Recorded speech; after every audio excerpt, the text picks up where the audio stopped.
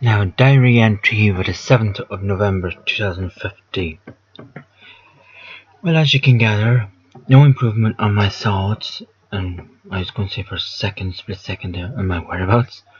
So my last thought before I actually got up was to butcher. Okay, there's this hanging out there. Right, okay, so I'm gonna have to put in another warning like I did previous 7. So if you could bear with me, guys, for a split. Excuse me a second. Okay. And again, what I was just doing there, I spelled the damn thing right. Lovely. Right. And like I say, this post, and again I'll be putting this in the descriptor down below. This post contains NSFW content, which you should know well by now. Every time the canary knows what it means, or what it stands for, I should say. Content by means of self-harm and suicidality, or dality, whatever, i.e. it's a trigger. Well, depending on the person who's viewing this particular video. Well, as you can gather, no improvement on my thoughts. So my last thought before I actually got up was to butcher myself, depending on Maureen Sansa. Now, what I mean by this particular question is, on this particular day, I was actually going to literally ring Maureen, which I think I did in the end. And if she remembers the black guy in the orphanage, alright? So if she remembers the black guy in the orphanage, and if she does, then I'll butcher myself like a carcass. Now, for those of you who are not vegetarians or vegans, for that matter, because vegans do not eat meat anyway, you would do well to skip a few seconds, and I obviously can't find out how to do that. You're gonna figure it out yourself. Fast forward or whatever, I don't care, right? Now, like the way they yank, okay, allow me, that I would butcher myself like a carcass, alright? So like the way they yank the skin thing off the meat. Skin, like the way they yank, yeah, that's why I'm right.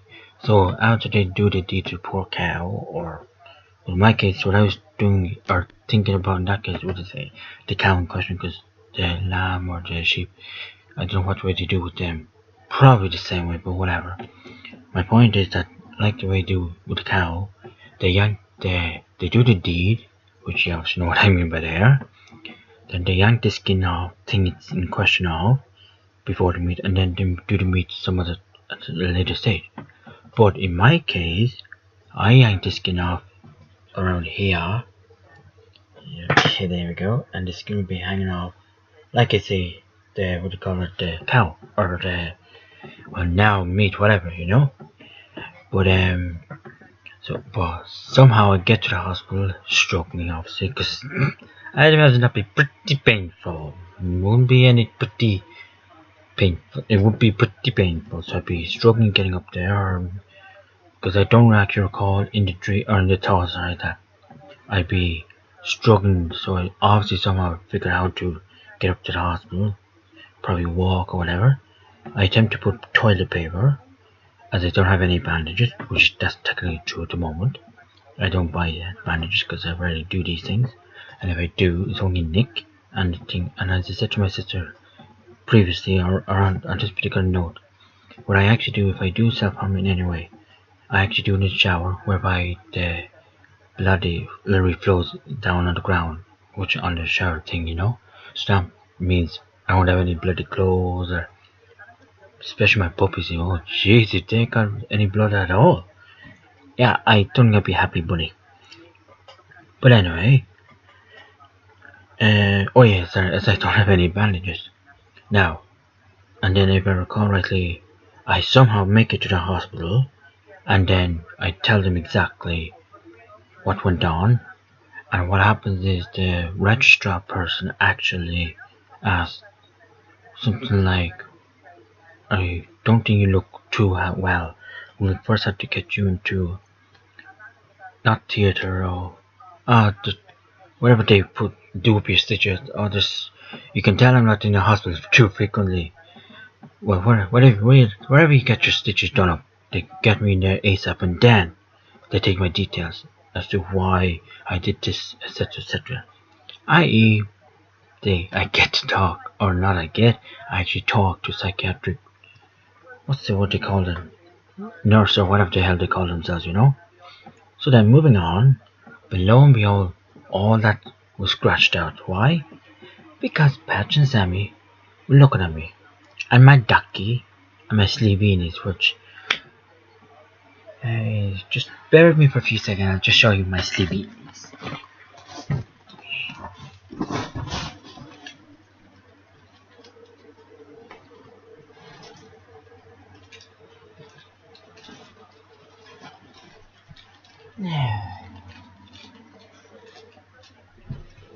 Now, this is Sleeveenie. Basically, all it is just these socks. Well, sleeve warmer, like arm warmers. Alright? That's all they are. Where's this thing there? That's all they are. Alright? You stick those on your arm to keep yourself warm. Now, me being different, of course, I actually found it more cuter to stick them, or as they call it, sleeveenies. Now, where I got the term sleeveenie was when I was young, in my secondary school day, I think it was. Yeah. In my Irish class it was.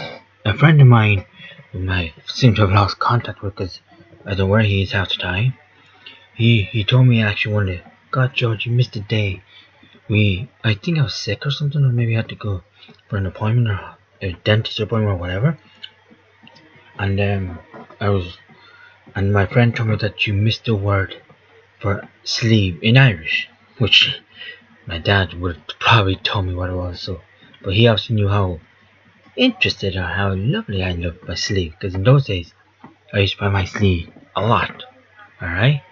So, Brain Irish, just for your own curiosity, if you do need to know, it's actually Munkela, which is the sleeve. This thing. Alright? That thing. Alright? Now I used to bite down like a whore. Is that like, how it happened, how my habit developed was, if I were under stress or if I had something on my mind, I'd actually bite the sleeve literally that bad, you know, to the point, at one point I would have holes in it, and another point would be just rip the whole thing off, you know. But there would be at one point my mum used to put mustard on the sleeve to prevent me from eating it because it smelled, or because I was never into mustard at the time, which I'm trying to get back into mustard, but that's a different game. Then at another point, I think she didn't put shit on it or something. She used to put something else on it that smelled like shit, so that I could. I think it's Bovril, which I hated the stuff, which is a different version of oxtail soup kind of thing, and I hated the stuff. Well, smell-wise at least. And she used to put that on my sleeve, and that's pleasant. Of course, you'd think that was going to stop me. Anything that would get my teeth into it, you know. So then, but at another stage I remember though, you see how my sleeve itself started to happen was, when I was in Romania, I was told by my sister, which I actually do not remember a thing. She seems to remember quite a lot of things. But anyway, that's her business. But she used to tell me, or she actually told me that how it started with me was that I was in the orphanage and I was there biting my skin, literally. I must have had no top on her, because in those days over in Romania the match was not the richest, you know, because of your man Nicolae Ceausescu. So what happened there was, I used to bite the skin quite heavily, and I started doing harm to me, you know. So they gave me a rag or something. My sister told me that the nurse gave me a rag, you know. So, and then that's probably how I developed the sleeve. So, and that continued right until about just shortly before I moved out. With my ex, I wasn't too bad with the sleeve. Not time here and there I would, depending on considering I was coming out at the time, so yeah, it would have been stressful at the time, so I would have bitten the thing, but not as much. You know, I don't really bite as much in front of strangers or in front of, well, in the public at least, you know. But, yeah, so it all depends, but these days I don't really bite the sleeve as much as I used to. I have all my cuties, like my inflatables and my puppies, and now the sleeving I just nearly go or jump over there. So usually I got away dragged off there. The reason I was telling you about sleeves, or my sleeve habit at the time, was because of the term sleevini, which is one of my helpers that actually got me out of my suicide thoughts and self-harm thoughts. In this case, self-harm. So, but basically, Sammy's ass was literally facing me. So let's see if I can show you Sammy.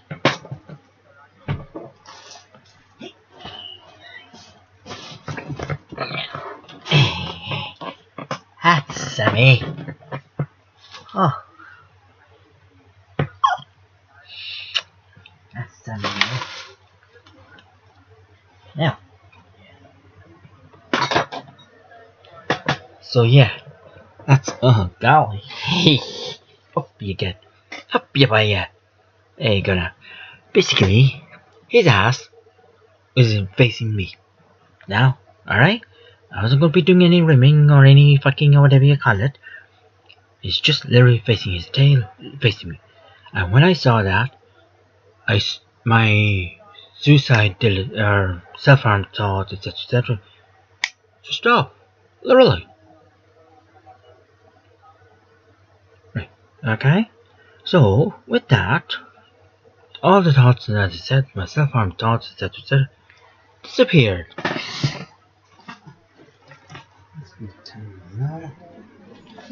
Aye.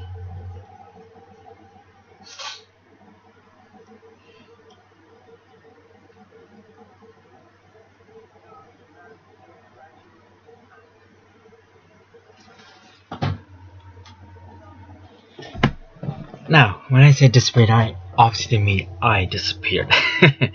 But anyway, so I got up and early morning, my aunt, which like I said above, to find out if she remembers any such guy, the black guy, who was in my dreams a few months ago, as I expected she couldn't remember. I obviously knew come on, who would remember something that happened, what is it, almost 25 years ago? In fact, it could be earlier still, depending on the actual event at hand. Like, he could have been there, I was in there, right from birth into there.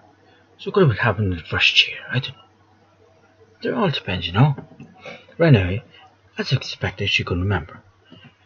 So then, I got up, showered, and watched the news. My sis popped down for some downloading. With that, she also told me a few interesting facts about this infamous black guy. Alright? So like I said, this particular video, unlike the previous one I've just recorded, will actually have this literally flashing red in terms of self-harm, etc, right? Now obviously I'm not going to be doing the actual act, or will have done, because I think YouTube are against that sort of thing, which I don't know why, but anyway, like I am warning you. But as it happens, my sister, she was telling me this on the phone before she came down. Only because when I told her about this thing, I think it caught her eye or something like that, you know? Or it brought back a horrible memory on her end. But as it happens, she actually remembers a particular black guy, and my sister and I were in the orphanage, sitting beside each other having we were having dinner, I think, or lunch, whatever it was, soup. Oh, she said soup, right? And this particular black guy came towards me in a staring look, in a more, sexy kind of thing, like, oh, I see sex, that kind of thing, right?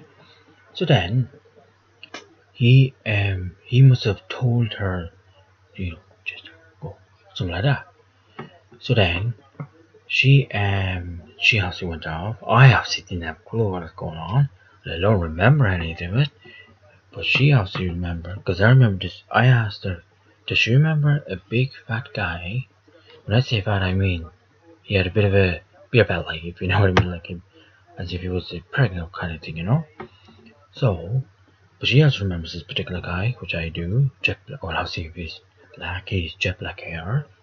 But anyway, so then he went towards me, and after that, what happened? Gone, you know? So then, my sister then told me that I came back after a few I think hours or maybe at night time or something. And she was in the bed, keeping it warm for any dirty mind.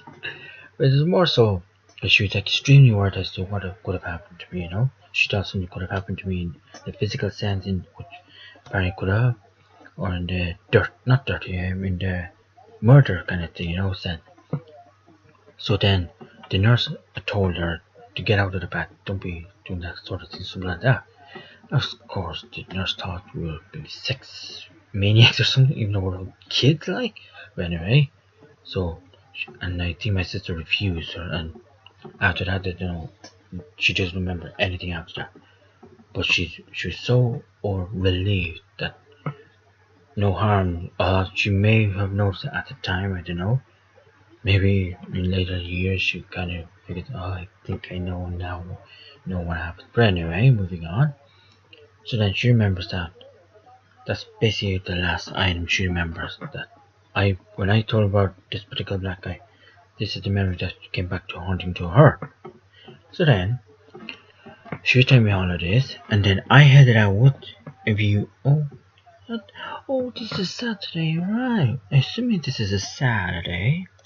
The 7th? It is. Big golly. Alright.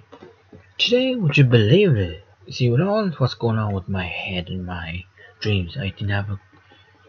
Would you believe it? Poor Sammy here forgot to tell me. Well, vegan, or no, what is it? Vegan t-shirt day, eh? Good on you, bye.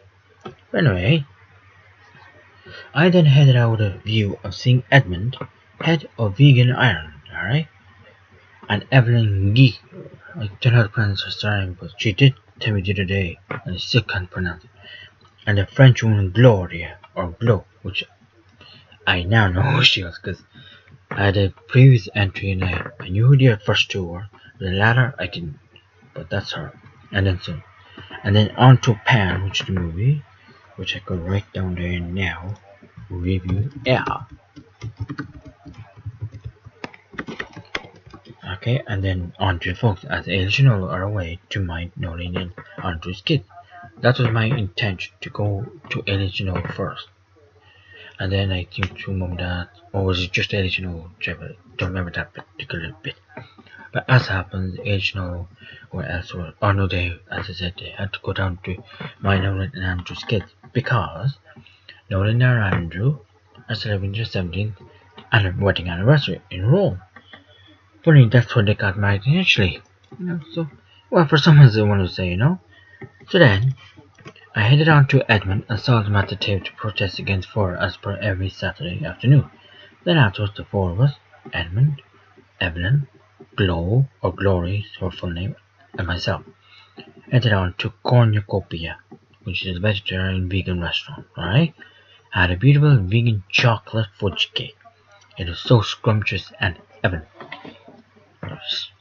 keep on.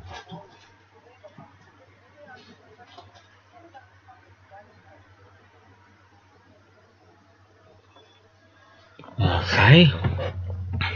We were chatting away. I was chatting with Glo, and before you know, time caught up with us. And as such, I was able to get a Prezi. Oh yes, for jeez, I better look up for that one. That's so good. Yeah, Prezi for your man, for his birthday and my sister's Christmas present, and of course the cinnamon at all. The Prezi was well delayed, and then the cinnamon did. What I mean by the Prezi, this picture of this smiley face teddy bear. It's like my baby here. He's much smaller, obviously, and it's basically a stuffed animal kind of thing, So we're chatting about the woman Glo. I was chatting about her course, which brought great memories back from my college days. However, with programming, like, although I love it and all, I just can't hack it in a business environment. Like, what I mean by that is, I love when we're learning programming languages. I love, how would you put this, like, say, learn about variables, which is very short. It's where you store memory or content, in temporary, stressing with temporary memory. And there's another name for permanent memory, I just can't remember the name. But anyway, So then that sort of thing, and I like learning that. And then afterwards, what happens? I don't remember much.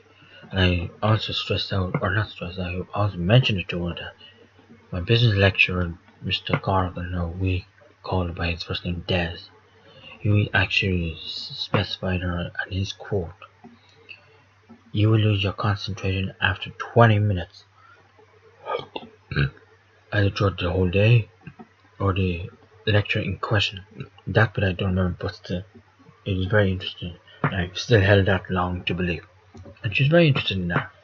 So then I headed on up to Mum and Dad's directly. I was joined by my sis. We had a very nice meal, looked at TV, etc., etc. My sis headed on home. I stayed on for a bit, and then I headed on home. Looked at TV. It was a lovely day. A very negative day at the beginning, but it ended on a very positive note. Now, what more can you say or do, So I'll speak to y'all very soon.